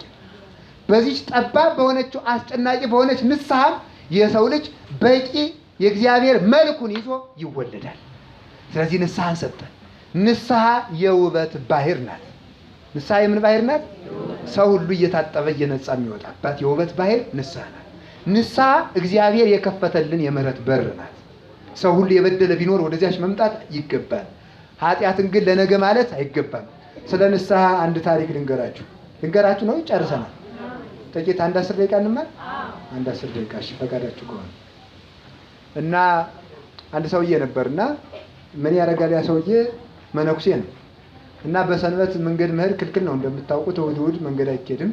እንኳንስ መንገድ ሊሄድ ክርስቲያን ቅዳሜ ከ11 ጀምሮ ሰለስቱ ምዕት በሃይማኖት አበው እንዳስተማሩ ቅዳሜ ከ11 ሰዓት ጀምሮ ኦርቶዶክሳዊት ቤተክርስቲያን ክፍት መሆን አለባት ነው የሚለው ሌቱን ሙሉ። ስለዚህ ምዕመናን በዚያ ነው ማደር ያለባቸው፣ ቤቱ ማደር የለበትም ነው የሚለው። ሰንበት አከባበር እጅግ ጥንቃቄ። የሰንበት ዕለት ሳይቆርብ የሚውል ክርስቲያን እክል ካላጋጠመው በቀር በንስሐ አባቱን እምቢ ካለ በህዝብ ተጠይቆ ህዝቡን እምቢ ካለ እሳት አያጫጭሩት፣ ከብት ቢወድቅበት አያንሱት። እሳት አትጭሩም እናንተ ዛሬ ኤሌክትሪክ ምድጃን ያላችሁ ኤሌክትሪክ ቢይዘው አይድረሱለት ማለት ነው። እንግዲህ እንደ ዛሬው ማለት ነው። ወደ ዛሬው ስንቀይረው እንዲህ ተብሎ አዋጅ ነበረ እና በሰንበት መንገድ አትሂዱ ወዮል ይችላል። እሱ ግን ይሄዳል። መነኩሴ ነው። ግን አሁን እየሄደ ሲል እንዲሁ ከኔ በላይ ጻድቅ ማን አለ? እጸልያለሁ ሌት ተገትልንም አለ እንደኔ ያለ ማን አለ ይላል፣ ይመካል። አንድ ቀን በሰንበት መንገድ ሂዶ ዛፍ ላይ እንደወጣ ምን መጣ? ሌባ በሬ አርዶ ሰርቆ እንክት አድርጎ በልቶ ተመስገን ጌታ እያለ ይመጣል። ሌባን እግዚአብሔር እንደሚጠብቀው ታውቃላችሁ? ሌባን እግዚአብሔር ይጠብቀዋል። ለምን? ባይጠብቀው ኑሮ እኮ ሩጦ አያመልጥም፣ እዚሁ ተከስክሶ ይሞት ነበር። ወይ ደግሞ አንዱ እንቅፋት መጥቶት እዚያው ላይ በግንባሩ ተደፍቶ ይያዛል። እነሱ ደግሞ የታች ድንጋዩ በግንባሩ ሲፈልጠው እነሱ በኋላ በኩል ቀጥቅጠው ጨፍልቀው ይጥሉት ነበር። ሌባን እግዚአብሔር ይጠብቀዋል፣ አትጠራጠሩ። እንደዚያ ስላችሁ ጊዜ ግን እንዳሰርቁ። ምን ማለት ነው? ሌባን እግዚአብሔር ይጠብቀዋል። ለምንድን ነው የሚጠብቀው? እድሜ ለንስሐ ለመስጠት፣ ከነ ሌብነቱ እንዳይሄድ ጠብቆ ያወጣዋል። እንዲናዘዝ ብሎ ነው። ሌላ እንዲሰርቅ ብሎ ግን አይደለም። ተመስገን ብሎ እሱ ደግሞ እያበለው ስረቅ ብሎ እያበለው መስሎ ተመስገን እያለ ቀና ሲል እዚያ ላይ ጉብ ያለ ከዛፉ ላይ ደግሞ በጨለሙ ያ መነኩሴ ደግሞ ፈራ። ምኑ መጣብኝ ብሎ ሰው እኮ ውሸቱን እኮ ነው የሚዘምር እንጂ አሁን የእውነት አይመስላችሁ። ይፈራል። ፈሪ ነው። አልፈራም አንሰጋም አንጠራጠርም ይላል። ውሸቱን እኮ ነው ሰው እንደዚህ የሚለው ማለት ነው። ፍርሃቱ ግን ጭንቅ ነው። አሁን ስልክ ደውሎ ነገ ማታ እመጣለሁ አንቄ ነው የምጥል ቢለው ሶስቱኛ መጥቼ ስጋህን ለሰማይ አሞራ ነው የምሰጠው ብሎ አረ ሄሎ ይላል። አቤት ሶስቱን እንመጣለን ስላሉ ነገ 15ቱ ናችሁ እንድትመጡልኝ ይላል። ፍርሃቱ ጭንቅ ነው። የሃይማኖት ትውክል መመካት ላይ አልደረሰም። በሃይማኖት እየተመካበት አይደለም። ሰው የውሸት ነው የሚኖረው። ሞት ግን የእውነት ነው። ሰው ግን የሚኖረው የውሸቱ ነው እና ፈርቶ ያመነኩሴ ምኑ መጣው ግን የፈሩት ሁለታቸው ነው። እግዚአብሔር ቸርነቱ ደግሞ ያኛው ባለቤት መስሎት ፈራ። ባለቤቱ ዛፍ ላይ ምንድነው ሲል አይ እንዳንተ አንተ ራስህ ምንድነው አለ። እኔማ ጌታዬ ስሰርቅ ኖርኩ ነው አሁንም ሰርቄ በልቼ የመጣው ነኝ ሌባ ነኝ አለ። እርሶሳ ምንድነው? እኔማ እንኳን ስድሰርቅ አንድ ቀን የአምላኬ ምስጋና ከከንፈሬ ተነጥሎ የማያውቅ ቅዱስ ነኝ አለ። አይ ኩራት አይ ጉራ። በጉራ ቢሆን ኑሮ መጀመሪያ መንግስተ ሰማያት የሚገባው ሰይጣን ነበር። በጉራ በማውደልደል ቢሆን መጀመሪያ ገነት ቢገባ ድንጋይ ነበር። በጉራ ቢሆን ሰይጣን ይገባ ነበር። በጉራ በአፍ በማውደልደል ወዲያና ወዲህ በማለት አይጸደቅ። ጽድቅ በመስራት የሚጸደቀው እና እንደዚያ ሲለው አሁን ነፍሴ አይግሩ። አሁን እዚህ ላይ ዛፍ ላይ የወጡት ለምንድን ነው? ምድር ላይ ሁኜ ብጸልይ አይበቃውም አምላኬን አያስደስተውም ብዬ ደግሞ ዛፍ ላይ ልጸልያል። ውሸቱን ነው እንግዲህ ፈርቶ ነው የወጣ አውሬ እንዳይበላኝ እና እንደዚያ ሲል አይ እንዴት ይሻላል? እኔ ለአንድኛ ሌት ተቀን እሰርቃለሁ ደግሞ እነዚህ ሌት ተቀን ይጸልያሉ። አይኔ ወራዳው አይኔ ርኩሱ ብሎ አለቀሰ። ምርር ብሎ አለቀሰ። ምን ላድርግ አሁን በነፍስህን ተናዘዝና ትድናለህ በለው አለው እግዚአብሔር መጥቶ ለዚያ መነኩሴ ሲለው ኃጢአቱን ተናግሮ ሲጨርስ መጥቶ ጅብ በል ጸደቀ ሰውየው። መላእክት እያሸበሸቡ ሲወስዳት ያ መነኩሴ ያየና ለካ መንግስተ ሰማያት የወንበዴ መጫወቻ ሆናለች፣ የሌባ መጫወቻ ናት ለካ። ሞት ይሻላል። እኔም ከዚህ በኋላ ምንኩስናዬን ጥዬ እንደፈለኩ አብጄ መጨረሻ ላይ ንስሐ እገባለሁ። ሰው አሁን ችግሩ በእቅድ ኃጢአት እየሰራ ነው ችግር ይሆናል። ላሊበላ ሄጄ ተለቃልቄ እመጣለሁ ይላል። እንዲህ ያለ ቀልድ የለም። እግዚአብሔር ይችን ብልጠት ያውቃል። አያውቅም? ቃለ እግዚአብሔር ለምንድን ነው የማትማር ሲሉት ሰው አይ አውቀህ ከማይፈረድብህ ገብቶሃል አይደል? አውቀህ ከሚፈረድብህ ባታውቅ ይሻላል ይላል ሰው። ይችን ብልጠት እግዚአብሔር አያውቅም ወይ ነው? ለምን አላወቅም ብሎም ደግሞ ይጠይቃል። ግሸን እጄ ተለያየን ላይ ስንደርስ ኃጢአት ጋር ስለምንለያይ ታጥቤ ተለቃልቄ እመጣለሁ ይላል ሰው። ይችን ብልጠት እግዚአብሔር ያውቃል። የአቅማችን እየለፋን በስጋ ድካም የሚመጣውን ቅዱሳን ይሞሉልናል ነው እንጂ በእቅድ ዝም ብሎ እዚያ ሄጄ እምድናለሁ እያሉ መሞኘት አይገባም። እግዚአብሔር ቸር ነው እንጂ ሞኝ አይደለም። ማስተዋል ይጠበቅብናል። እና መጨረሻ ላይ ሰይጣን መጣ፣ መላእክትም መጡ። የኛ ናት ይቺ ነፍስ ተባባሉ። የዚያን የሌባውን ምን አላችሁ? ገንዘብ አለኝ አለ ሰይጣን። ምን አለኝ? ርቱ ሃይማኖት የተባለ ሊቅ ምን ይላል? ወዳጄ ከሰይጣን ለመዳን ከፈለክ ገንዘቡን መልስለት ይላል። ምኑን መልስለት? ገንዘቡን መልስለት። አሁን ለምሳሌ 300 ብር ድሃ በድሮ ድሃ ነው፣ ሀብታም መቼም ስለለመደ ብርን ጥቂት ቀን ሊቆይ ይችላል። ደግሞ አንድ ቀን ጠይቆ የዛሬ ወር እንድትፈልግልኝ ካለ ደግሞ አይጠይቅም። ድሃ ግን እርሙን ካበደረ ማታ ይጠይቅና ደግሞ በ6 ሰዓት መጥቶ ፈለካት ያችን ነገር ይላል። ደግሞ በ11 ሰዓት ደግሞ ያችን ነገር ፈለክልኝ አያስቀምጥም። ወሩሩ አልጣሉለት። ሰይጣንም ገንዘቡን ካላስቀመጥክለት አያንወርህም። ገንዘቡ ምንድነው? ዘፈን የሱ ገንዘብ ነው። እዘህበታል። ገንዘቡን ጣልለት ነው። ጣልለት። ክፋት የሱ ነው። ተውለት። ጌታ እኮ የቄሳርን ለቄሳር የእግዚአብሔር ለእግዚአብሔር ብሏል። የማንን ለማን? የቄሳርን ለቄሳር ማለት ምን ማለት ነው? የሰይጣንን ለሰይጣን ተውለት ማለት እኮ ነው ሲተረጎም። የሰይጣንን ለማን ተውለት? ዘፈን የሰይጣን ነው። ነገር ስራ የሰይጣን ነው። ሐሜት የሰይጣን ነው። ዝሙት የሰይጣን ነው። ማመንዘር የሰይጣን ነው። ሐሜት አሁን ሰው ሲያማ ደግሞ ሐሜት አይሆንብኝ እንጂ ገሬ እንዲህ ያለ ነው ይላል። እንዴት ሐሜት አይሆንም? ያማ ሐሜት አይሆንብኝ ይባላል። ይሄንን የሰይጣንን ለሰይጣን ተው፣ የእግዚአብሔርን ለእግዚአብሔር ስጥ። ከሳንቲሙ ላይ የቄሳር ምስል አለ፣ ይሄን ስጡት ማለት የሰይጣን ምስል ያለበትን ክፉ ስራ ሁሉ የሰይጣን ምስል አለበት። የእግዚአብሔር ለእግዚአብሔር እናንተ ግን የኔ ምስል ናችሁና ለኔ ሁኑ ማለቱ ነበር ክርስቶስ። የእግዚአብሔርን ለእግዚአብሔር የቄሳርን ለቄሳር ማለቱ። ገንዘቡን መልስለት፣ ገንዘብ አለኝ እያለ መጣ። ገንዘቡን ለመመለስ ያብቃል። የለባችሁም ሰይጣን የሰይጣን ዕዳ የለባችሁም ሁላችሁ። የሰይጣን ገንዘብ የሌለበት አንዳንድ ቡጫጭም ቢሆን የሌለበት እሷን አውጥቶ መጣል ይገባል። እዚያ በኋላ እናርፋለን። እና ገንዘብ አለ ምንድነው? ሌባ ነው። ዛሬ ሌሊትም በሬ ሲሰርቅ ነው ያደረሃል። መላእክት ደግሞ አይ መጨረሻው አምኖ አልቅሶ ሞቷል፣ ጌታ ሆይ አንተ የሰውን መጨረሻውን ነው የምትወድ ሊማር ይገባል አለ። እግዚአብሔርም ምን አለ? ሰውን መጨረሻውን ነው የምፈልግ ብሎ ምህረት ተገባው። ያኛው ግን በእቅድ ኃጢአት አይብቃይ ብሎ ጨርቁን ጥሎ ከምንኩስናው ሕይወት በቅቶ ወጥቶ መጨረሻ ላይ ንስሐ ገባለሁ እያለ አበደ፣ ዞረ። ለንስሐ ሳይበቃ አውሬ በልቶት ሞተ። መጨረሻው ሳያምር እግዚአብሔር 25 ዓመት 15 ዓመት በምናኔ ኑሯል ተባለ። ቢሆንም ምን የመጨረሻውን ነው የማይብሉ እግዚአብሔር ሰውን ደግሞ ደመወዙ እንዲነሳው የማይገባ አምላክ ነው። የሰራው ክፋት ነው። ክፋት ሲወልን ይሸለማል። ዋጋው ነውና ደመወዙ ነውና መጨረሻችን እግዚአብሔር ያሳምርልን። ስለዚህ ንስሐ ለነገ አትበሉ። ሰው ለነገ ማለት የማይገባው ጽድቅንም ኃጢአትንም ነው። ምንንም አልኳችሁ? ጽድቅንም ኃጢአትንም ምን ማለት ነው? ኃጢአትንም ነገ እናዘዘዋለሁ ማለት አይገባም። ደግ ነገርንም ነገ ሰራዋለሁ ማለት ይገባል። ጽድቅንም ኃጢአትንም ለነገ አትበሉ። ዛሬ የሚገባን እንድንሰራ እግዚአብሔር ይርዳል። ስለዚህ አንዱ የሰጠን ጸጋ ምንድነው? አቤት ምንድናት?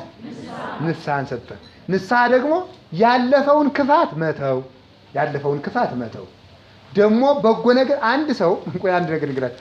አንድ ክርስቲያን በክርስትና ሕይወቱ ንስሐ ገቡት አንድ ክርስቲያን የሚጠየቀው አንድ ክርስቲያን በክርስትና አደገ የሚባለው በክርስትና ሕይወቱ አደገ የሚባለው አምና የነበሩትን ክፋቶች ሲተው አምና ያልነበሩትን በጎነቶች ሲጨምር፣ ይሄ ነው ማደጉ የሚወሰነው። አሁን ለምሳሌ ግሸን ሄዳችኋል፣ አክሱም ሄዳችኋል፣ አቡነ አረጋዊ ሄዳችኋል፣ ደብረ ሊባኖስ ሄዳችኋል፣ ላሊበላ መጥታችኋል። ይሄንን ሪፖርት ማድረግ አይደለም ጽድቅ ማለት። ላሊበላ በመምጣታችሁ አምና ካልነበራችሁ በጎነት ዘንድሮ ምን ጨመራችሁ? አምና ከነበራችሁ ክፋት የቱን ቀነሳችሁትን? ሰው ፎቶ ያነሳና ያንን ባልበብ ሪፖርት ማድረግ ነው።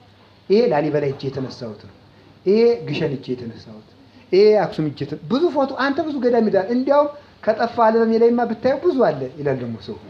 ይሄ አይደለም የሚያጸድቀው። ይሄ ዋናው የንስሐ ፍሬ ማፍራት ነው። የንስሐ ፍሬ የሚባለው ሁለት አይነት ነው። ለንስሐ የሚያበቃ ፍሬ እና ከንስሐ በኋላ የሚሰራ ፍሬ። ለንስሐ የሚያበቃ ፍሬ የሚባለው ትምህርት ነው። ለንስሐ የሚያበቃ ፍሬ ምንድነው? ትምህርት። ከንስሐ በኋላ የሚገኝ ፍሬ የሚባለው ደግሞ ደግ ስራ ነው። ስለዚህ ፍሬ ለማፍራት ያብቃን። ንስሐን ሰጥቶናል። ሌላው ደግሞ በዕለተ ዓርብ የሰጠን አንዲቱ ጸጋ ገነት ናት። ማናት? ገነትን ሰጥቶናል በዕለተ ዓርብ።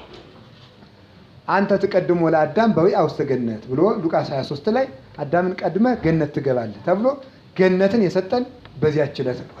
ከገቡ መውጣት ካገኙ ማጣት የሌለባት ድካም የሌለባት እገሌ ነጭ ለባሽ ነህ በላይ ቁጭ በል፣ እገሌ ደሃ ነህ እዚያች ትታይ ቁጭ በል፣ እገሌ ሊቅ ነህ በላይ ቁጭ በል፣ የኔታ ወርቅ ካባ ይልበሱ፣ እገሌ ደግሞ ምዕመን ነህ በዚያ ታች ቁጭ በል የለም።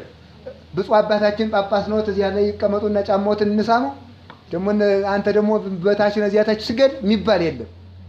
አንዲት ርትዕት የሆነች ብሪት የሆነች የብርሃኗ ብዛት ዓይን የማይበዘብዝ ማቃጠል የሌለበት ብርድ የሌለበት ደዌ የሌለበት ሞት የሌለበት ረሃብ የሌለበት እንቅልፍ የሌለበት ልረፍ ደከመኝ የሌለበት የዘላለም ሀገር በገነት በኩል አድርጋ የምንሄድባትን መንግስተ ሰማያትን ገነትን ሰጥቶናል። ይችንም የሰጠን እግዚአብሔር የተመሰገነ ይሁን። ስለዚህ የዕለተ ዓርብ ጸጋዎች አንዷ ምንድን ናት? አቤት ለማሳጠር ገነት። የሰው ሀገሩ ያች ናት። የሰው ሀገሩ ያች ናት እንጂ ሀገራችሁ ወዴት ነው እናንተ? አቤት በሰማይ ነው በአዲስ አበባ በሰማይ ነው ሀገራችሁ። በሰማይ ሀገራችን ነው ማለት ይገባል። የመጨረሻይቱ ጸጋችን እናታችን ቅድስት ድንግል ማርያም ናት። የመጨረሻይቱ ጸጋ እነሆ እናታችሁ ብሎ የሰጠን እናታችን እመቤታችን ቅድስት ድንግል ማርያም ዮሐንስ 19:26 ላይ አረ የመጨረሻ አንድ ቀርቶኛል ይቅር በሉ፣ ሁለት ነው የቀረኝ። አንዱ መስቀል ነው። አንዱ ምንድነው? መስቀል ሰይጣንን የምንቀጠቅጥበት የተሰጠን መስቀል ነው። ስምዖን ቀሬናዊ የተባለ ሰው ጌታችን የተሰቀለለት አይ በቃ ስለምወደው ደግ ሰው ስለሆነ እሱ ሲሰቀል ማየት አልፈልግም ብሎ በጫካ ውሎ ሲመጣ እስካሁንስ ገለውት ይሆናል ምን አለ እንግዲህ ልሄድ ብሎ ሲመጣ ገና መስቀል ተሸክሞ ሲሄድ አገኘው። ቀሬናዊ ይባላል። እስኪ ቀሬናዊ በሉ። የቀራንዮ ሰው ማለት ነው። የማን ሰው ነው?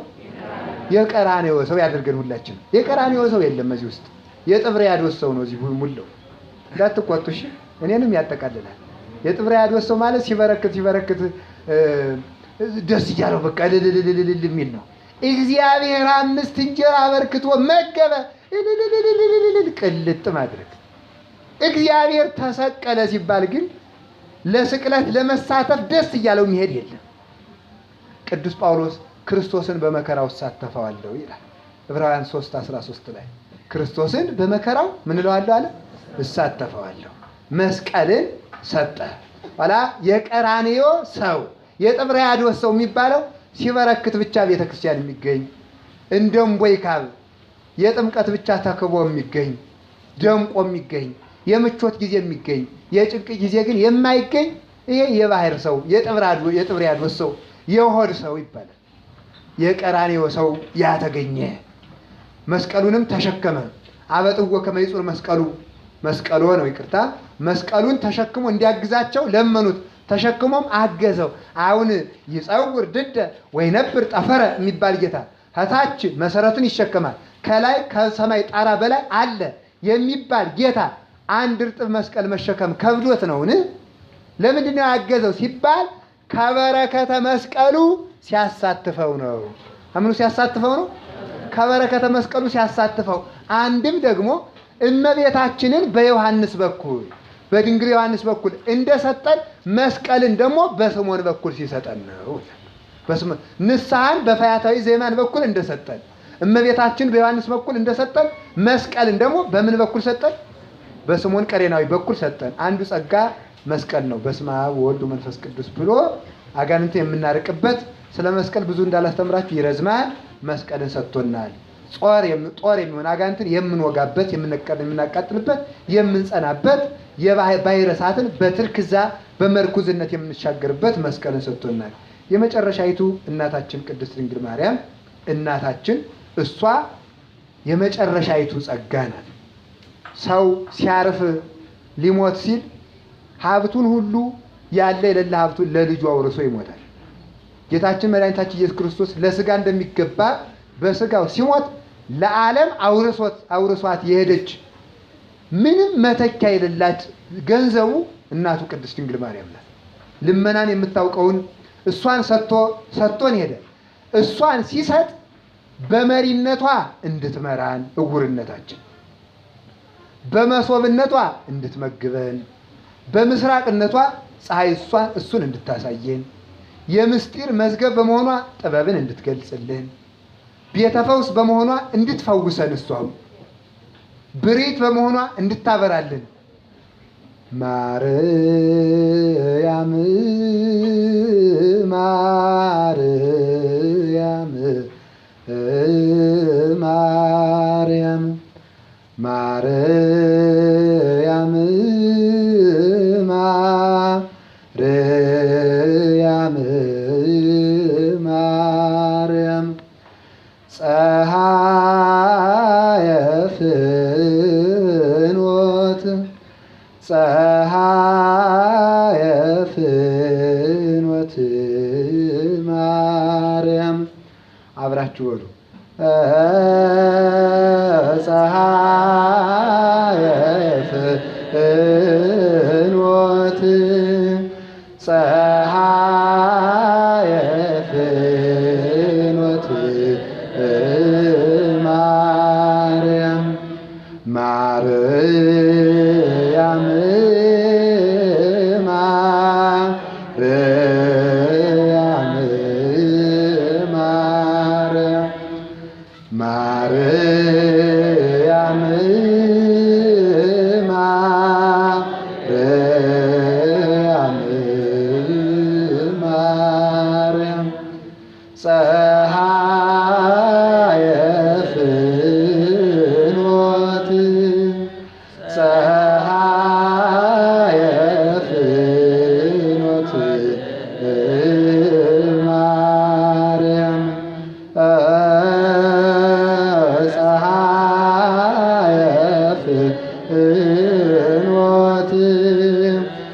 ፀሐየ ፍኖት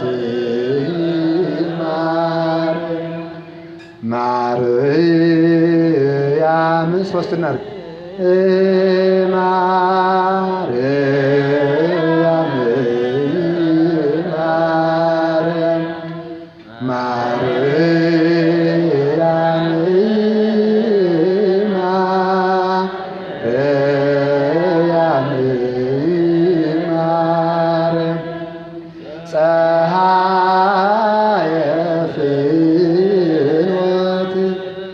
ፀሐየ ፍኖት ማርያም ፀሐየ ፍኖት ፀሐየ ፍኖት ማርያም የፀሐይ መንገድ የጽድቅ መንገድ እመቤታችን ለዘላለም ክብር ማስገና ይግባት። ስለዚህ በመሪነቷ እውርነታችን ትመራለች፣ በምስራቅነቷ ታበራልናለች፣ በበትርነቷ ምርኩስ ትሆነናለች፣ በንጽሕትነቷ ታነጻናለች፣ በጸጋነቷ ባለጸጋ ታደርግናለች። ሲራክ የተናገረውን አንድ ጥቅስ ተናግሬ ትምህርቴን ልጨርስ። ሁለት ሰዎች ነፍሴን እጅግ አስከፏት ይላል። ትዕቢተኛ ድሃና ንፉግ ባለጸጋ። ትዕቢተኛ ድሃና ምንድን? ንፉግ ባለጸጋ። ሀብታም በነገራችን ላይ ሁለት ሀብታም ወዳጅ የለውም። ሀብታም እንዳይለምነው ድሃን ይጠላል። እንዳይለምነው ማንን ይጠላል? እንዳይበልጠው ሀብታምን ይጠላል። ስለዚህ ሀብታም ወዳጅ የለውም ማለት ነው።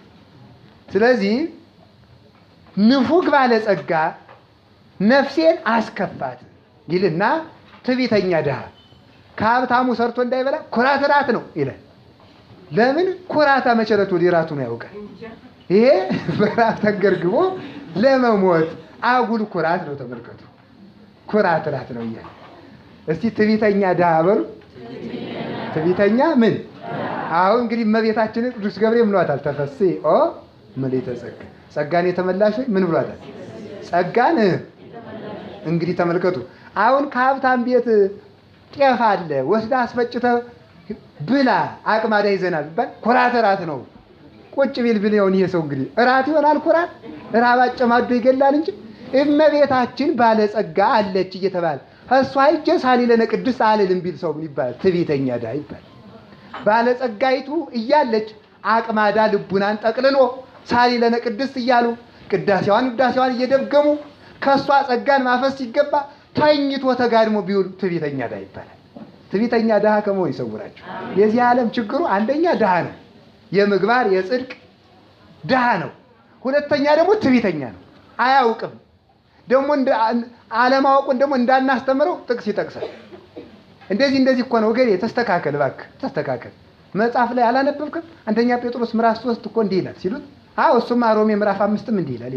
እንግዲህ አሙነን የማትመለስ ጥቅስ እንዳይነገር ይጠቅሳል፣ ያውቃል። 3-4 ጥቅስ ወይ በሰርከ ጸሎት ወይ በሰንበት ትምህርት ቤት ሸምድዷል። እንዳይመለስ ትዕቢተኛ ነው። እና በእውነት መናፍቃኑም ትዕቢተኛ ድሃ ናቸው፣ እኛም ትዕቢተኛ ድሆች ነን። ባለጸጋይቱ እናት ቅድስት ድንግል ማርያም እያለች ውዳሴ ማርያም አቋርጠን ስናብድ እንውላለን። ባለጸጋ እያለች ከሷ ውሰዱ ብንባል እምቢ አለን፣ ኮራን፣ አክበሰበሰን።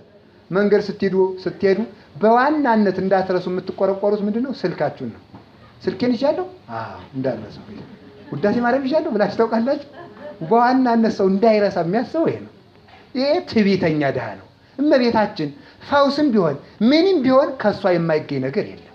ወደ እሷ ዙሮ ተጠቅሞ የማይሄድ የለም። ቅዱስ ዮሐንስ ወንጌላዊ እናቱ ልመና አታውቅምና ልመና የምታውቅ እናት ሰጠው ይላሉ ሊቃውንት። እናቱ ምን አታውቅም ብያቸዋል? ምንድን ነው ያላችሁ? ልጆቼ በምንና በምን ይሆኑ ነው ያለችው? በቀኝና በግራ ይሰቀሉ ማለት ነው። ያቺ ልመና የማታውቅ የስጋ እናት ነበረችው። አሁን የስጋ እናት ምንድን ነው? ልመና የምታውቅ እናት ማን ናት? እመቤታችን ናት። ይችኛይቱ እናት አታውቅም። እናንተ አሁን ለልጆቻችሁ ምንድን ነው የምትሉ? 3 ከሆነ እኒያን 3 ፍሬ ልጆች ስራ ስጣቸው። ስራቸው መሞቻ ቢሆንስ? ስራ ስጣቸው፣ አብላቸው። ስራ ስጥልኝ እናቴ፣ ሚስት ስጥልኝ። ሚስቱ አንቃ የምትገለው ቢሆንስ? ባል ስጥልኝ አይባልም። እንደዚህ እግዚአብሔር ወይ የሚረባቸውን ስጥልኝ ነው የሚባለው። የሚረባቸውን ስጥልኝ፣ ልመና የምታውቅ እመቤታችን ናት። ለማን ምን እንደሚገባው የምታውቅ። የመጨረሻ ጨረስኩ። አንዲት አጭር ታሪክ ልናገር። አንድ ልጅ ነበርና እመቤታችን ዕውቀት ግለጭልኝ ይላታል። እሺ ዝም ብለው ስሰማው አንድ ጊዜ ምን አደረገ? ትምህርቱን ሲማር ከመጽሐፍ ትምህርት ሲደረስ የመጽሐፍ መምህሩ በአጋጣሚ ክፉ ነው፣ ብር እያስከፈሉ የሚያስተምሩ ናቸው። እሱ የድሃ ልጅ ነውና ምን ከፍሎ ይማር? እመቤታችን እንዳልከፍር ብር የለኝም። ስለዚህ መምህሩ የሚያውቀውን ዕውቀት አምጥተሽ ጽዋ ጋችኝና ግለጭልኝ አላት። ይለምናታል። በቀን 150 ጊዜ ውዳሴ ማርያምን እየደገመ ያለቅሳል። አንድ ቀን 2 ጽዋ የያዘችና ተገለጠችለት። ልታጠጪ ነው እመቤታችን አለ። አላጠጣም አለችው። ለምን? አይ ይሄንን ከጠጣ ከኔ ትለያለህ አለችው። ማህሌቱን ባውቅ እንደ ያሬድ ባገለግልሽ፣ መጻሕፍቱን ባውቅ ብተረጉምልሽ እንደ ቅዱስ ቄርሎስ ምን አለ ብትገልጭልኝ፣ እንዴት እጠፋለሁ? አንቺን አመሰግናለሁ እንጂ አለ። ዕውቀት ብታውቅ አንተ ዕውቀቱ መጠቀሚያ ሳይሆን ታበየ መጥፊያ ስለሚሆን ዕውቀት ለአንተ አይጠቅምህም፣ ለአንተ ስግደት ነው የሚረባህ አለችው። ካልሰጠሽኝማ በቃ እንግዲህ ተይው ብሎ ተበጻበጸ ይላል። ሲተበጻበጸ በሉ ምን ማለት ተበጻበጸ ማለት? ተበጣበጠ ነው አይደል? ተበጻበጸ ነው እንዳለ ነው። የመጽሐፉን ትርጓሜ ነው የምነግራችሁ እንጂ ጠፍቶኝ እንዳይመስላችሁ። ተበጣበጠ ማለት ተበጻበጸ ምንድነው? ተበሳጨ ማለት ነውና በእናት ላይ መቅበጥ ይቻላል። ቶማስ ሲያስተምር ብሎ ሲመጣ እመቤታችን ደመነው ቢያገኛት ልጅሽ ከትንሳኤው ለይ ደግሞ አንቺ ከርገትሽ ትለይኛለሽ ብሎ ሊወድቅ ተበጻበጸ። እኮ ቅብጠት ነው በእውነቱ። አሁን እሷ እኔ ለራስህ ወካርክ ወርቅ ብትፈጠፈጥ ግዳለኝ አትልም። በእናት ላይ መቅበጥ ስራ እየሰሩ እናትን መጠየቅ ይፈቀዳልና እንደዚያ ሲል ታው እንጂ አለችው። ብትወድቅ ነው ጉዳዬ አትልም። ምንድነው ያለችው? ታው እና አንተ እነሱ ቀበሩ እንጂ ትንሳኤን አላዩም፣ አንተ በልጣቸዋል። እንዲያውም መጽሐፈ ኪዳኑን ለእነሱ አልሰጧቸው፣ እንካያዝ በል እርገቴ ንገራቸው ብላ አታለለችው ይላል። እና ያ ልጅም እንግዲህ እመቤታችን አትወጂኝም? በቃ ታዩ እንግዲህማ ካልገለጥሽልኝ፣ እሱን ጽዋ ካላጠጣሽኝ እንግዲህ ለአባ ጊዮርጊስ ያጠጣሽው ለምንድን ነው? ለቅዱስ ያሬድ የገለጽሽለት እዝራ እንግዲህ የጠጣ አለ። አሁን ዛሬ መድኃኒት የሚጠጡ ሰዎች መስተፋቅር ምናምን መስተፋቅር እያለ በወንድና በሴት ሲጎናጎን ይውላል። በማይረባ ሰው ላይ መስተፋቅር አስጎንጉኖ አንድ ቀን በጦር ወቅቶ የሚገል ቢሆንስ? ሰው እኮ አያውቅም። ሰይጣን የተጫነው ቢሆንስ? ሰው በማይረባው ጉዳይ ላይ መድኃኒት ለምንድን ነው መድኃኒት ትምህርት የሚገልጥ አብሾ ብጠጣ ይላል። ምክንያቱም እዝራ ጠጥቷል ይላል። ሰው ደግሞ ለኃጢአት ጽድቅ አያጣም እንደምታውቁት። እና እንግዲህ እዝራ የጠጣ እንግዲህ አለ አባ ጊዮርጊስ የሰጠሽው። አባ ጊዮርጊስም ጸጋው መጽሐፍ መድረስ ስለነበረ ነው። እዝራም የመጽሐፍ መተርጎም ጸጋ ስለነበረው ነው። ያንተ ጸጋ ምናኔ ናት።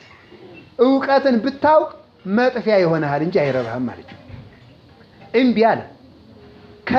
ከኔ ተለይተህ ሊቅ ከምትሆን እኔን ይዘህ ሳታውቀው በጸጋ ከምትኖር ምረጥ እንግዲህ አለችው።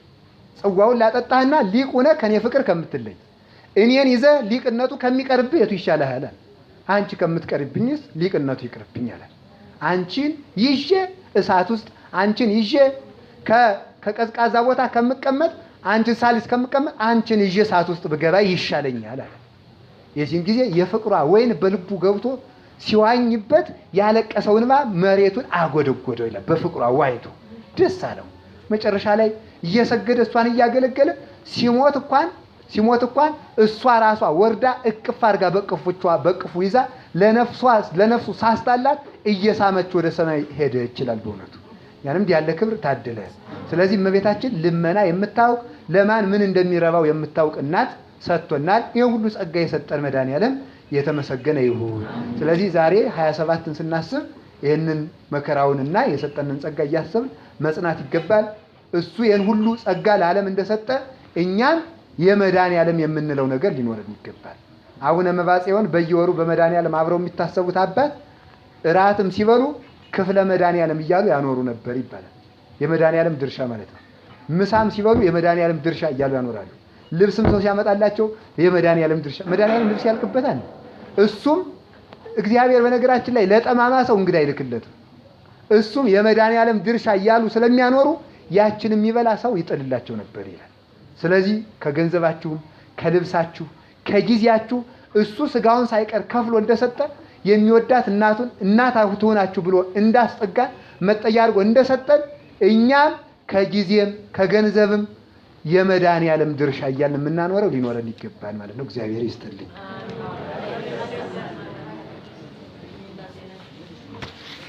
ምን አላችሁ? አቤት። እስኪ ሁላችሁም ከተቀመጣችሁበት ተነሱ። ሁላችሁም ማለት ክቡር አባታችን አባ ገብረ ኪዳንን እግዚአብሔር አምላክ የሕይወትን ቃል ያሰማልን፣ ቃለ ሕይወት ያሰማልን።